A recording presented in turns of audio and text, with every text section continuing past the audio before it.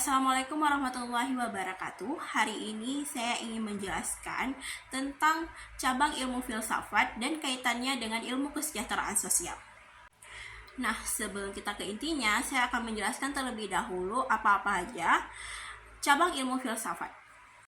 Cabang ilmu filsafat dibagi menjadi 3, yaitu yang pertama ontologi, yang kedua epistemologi, dan yang ketiga adalah aksiologi. Nah, pertama-tama saya akan menjelaskan apa itu ontologi. Oke, baik. Yang pertama saya akan menjelaskan tentang ontologi. Nah, ontologi itu terbagi atas 2 kata, yaitu ontos dan juga logos. Ontos adalah ada, kemudian logos adalah ilmu, jadi ilmu yang ada. Nah, dari situ kita bisa menggambarkan bahwa ontologi itu adalah ilmu yang memang ada atau sumbernya itu tampak. Atau bisa dikatakan mempelajari sesuatu yang ada. Nah, kita akan meneliti sesuatu yang memang ada dan memang jawabannya itu sudah ada. Nah, jika menurut para ahli, berarti kita itu harus menyelidiki atau mempelajari hakikat yang ada atau sesuatu yang ada keberadaannya. Nah, yang kedua yaitu epistemologi. Nah, epistemologi sendiri memiliki pengertian yaitu membicarakan ilmu pengetahuan dan bagaimana ilmu pengetahuan itu didapatkan. Nah, yang ketiga adalah aksiologi, yaitu menjelaskan teori ilmu tentang nilai. Nah, dari ketiga cabang ilmu tersebut terbitlah suatu pertanyaan, yaitu apa yang dipelajari, bagaimana cara mempelajarinya, kemudian untuk apa dipelajari. Jadi itulah singkat pengertian daripada cabang-cabang ilmu filsafat yang saya pahami. Kemudian sekarang kita lanjut tentang kaitannya cabang ilmu filsafat dengan ilmu kesejahteraan sosial. Nah, jika dikaitkan dengan ontologi, ilmu kesejahteraan sosial akan diterbitkan dengan pertanyaan, yaitu apa fokus pertama yang mereka teliti tentang ilmu kesejahteraan sosial ini. Nah, yang sudah pasti fokus pertama dari ilmu ini adalah bagaimana mereka melihat permasalahan-permasalahan sosial yang ada di sekitaran masyarakat, yaitu tentang kemiskinan, ketimpangan sosial, tentang keadilan, tentang kesehatan, kemudian tentang penyandang masalah kesejahteraan sosial lainnya.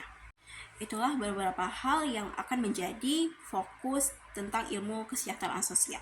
Nah, jika dikaitkan dengan cabang filsafat yang kedua yaitu epistemologi, yang pasti pertanyaannya adalah bagaimana cara kita mendapatkan ilmu tersebut dan bagaimana cara penerapannya. Jika dikaitkan dengan ilmu kesejahteraan sosial, sudah pasti epistemologinya itu adalah kita itu harus melakukan penelitian terlebih dahulu, kemudian juga kita harus melakukan observasi ke lapangan terlebih dahulu, melihat keadaan lapangan dengan secara langsung. Nah, untuk memiliki ilmu pengetahuan tersebut juga kita harus melakukan praktik secara langsung, ya, seperti yang sudah saya katakan tadi, yaitu turun langsung ke lapangan untuk melihat secara langsung bagaimana prosesnya. Nah, salah satu contohnya yaitu kita bisa mengatakan bahwa anak disabilitas.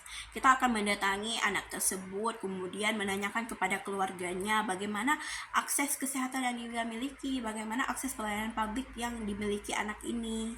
Sudah pasti dari penelitian saat kita langsung turun ke lapangan akan kita temukan lebih banyak yang harusnya kita ingin menanyakan soal ini. Saya rasa kita akan menemukan ilmu yang lainnya.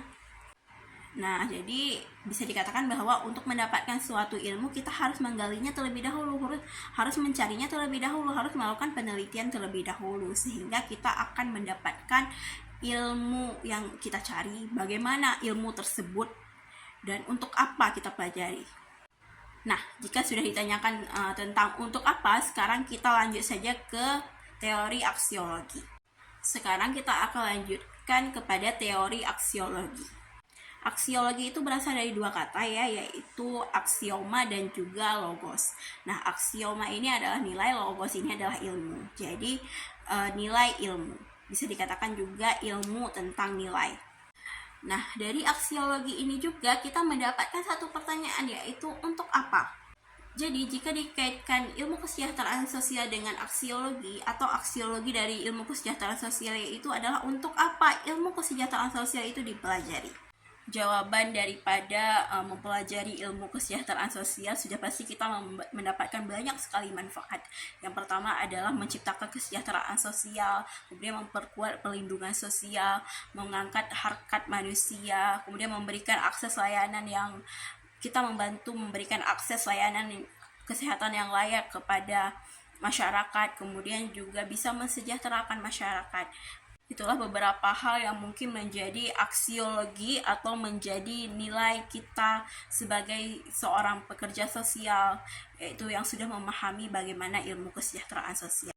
Baik, cukup sekian video dari saya. Saya rasa penjelasan saya ini masih bertele-tele sehingga banyak yang menonton mungkin belum terlalu mengerti, tetapi saya rasa sudah cukup untuk menjelaskan apa itu ontologi, epistemologi, dan aksiologi. Terima kasih banyak yang sudah menonton. Wabillahi taufiq wal hidayah. Wassalamualaikum warahmatullahi wabarakatuh.